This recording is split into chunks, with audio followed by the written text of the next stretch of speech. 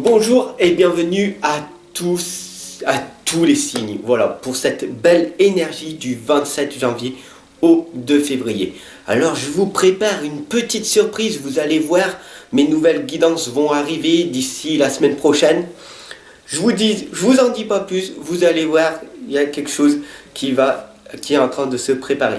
Allez, merci pour votre soutien, pour votre abonnement, pour votre partage et bien sûr pour toutes les consultations en privé que je reçois. Voilà, et puis tous vos messages d'amour. Allez, c'est parti avec le message de votre indigo.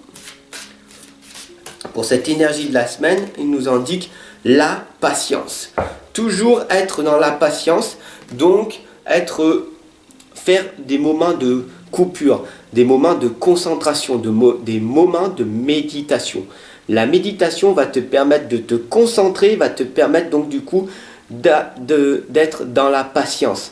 Parce que nous vivons dans un monde où tout doit aller vite. Tout doit très vite. D'ailleurs, tu vois très clairement avec la 5G qui arrive, voilà, que le monde dans lequel nous vivons veut toujours aller beaucoup plus vite. Mais sois dans la patience et tu verras que des belles choses vont arriver.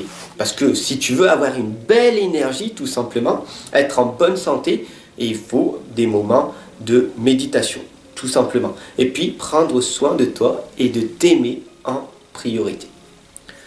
Allez, c'est parti. Merci Ange Indigo pour ce beau mot. Pour commencer cette belle énergie de la semaine.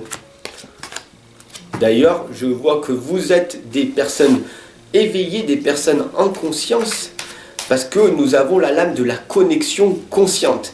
Cela veut dire très clairement en fait que vous êtes assez réceptif pour cette belle énergie. Donc c'est quand même magnifique. D'ailleurs, nous sommes en présence de l'archange Samuel. Donc c'est quand même magnifique. Wow. Alors, nous avons donc la connexion consciente. Du coup, vous êtes des personnes éveillées. Donc ça, c'est quand même pas si mal. Après, nous avons la sirène et la femme tortue qui nous indiquent que vous recevez des enseignements d'un ancien. Donc les enseignements, vous voyez, vous êtes la femme tortue, l'homme tortue. Cela veut dire qu'en fait, vous pouvez avancer sur votre chemin de vie tout en y allant tranquillement, petit pas à petit pas. D'ailleurs, on le voit très clairement ici.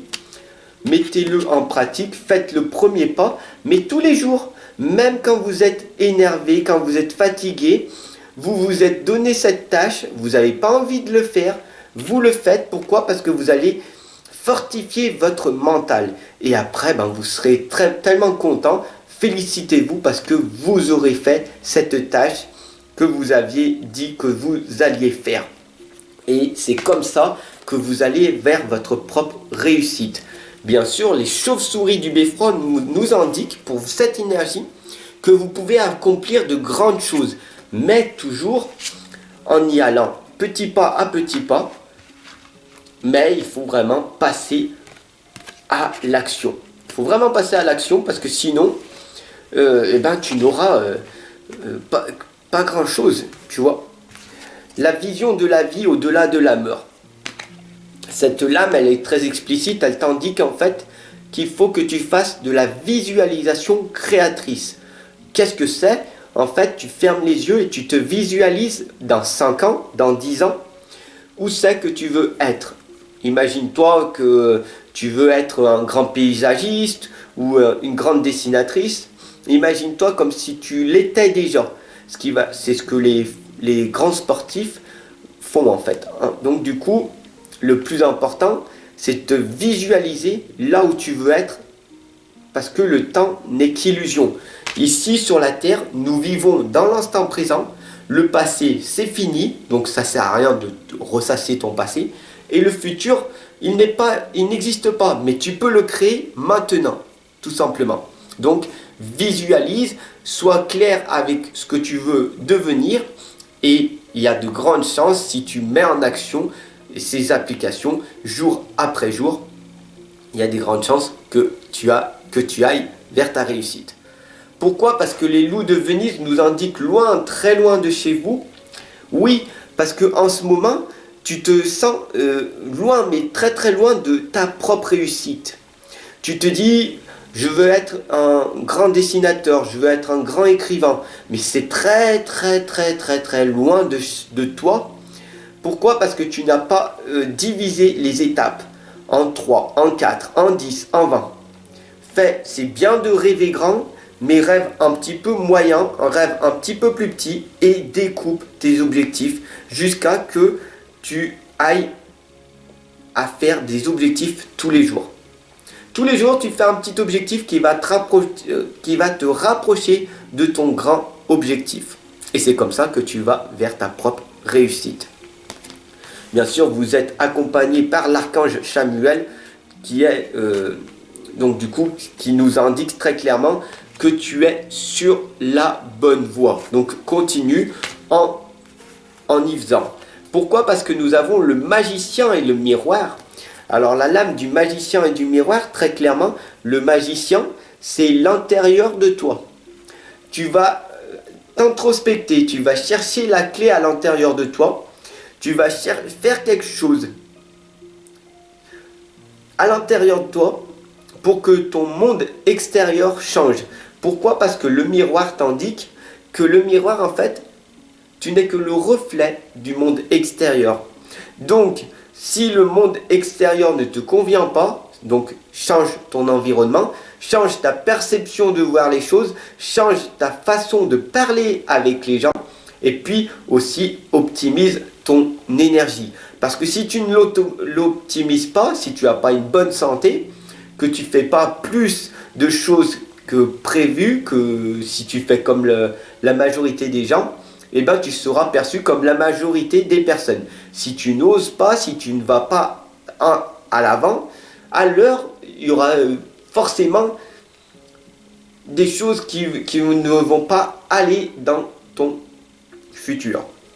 Si tu veux quelque chose, si tu veux être plus heureux que maintenant, il va falloir que tu changes des mauvaises habitudes contre des bonnes. Mais pour ça, eh ben, il n'y a que toi qui peux changer. D'où la lame du magicien.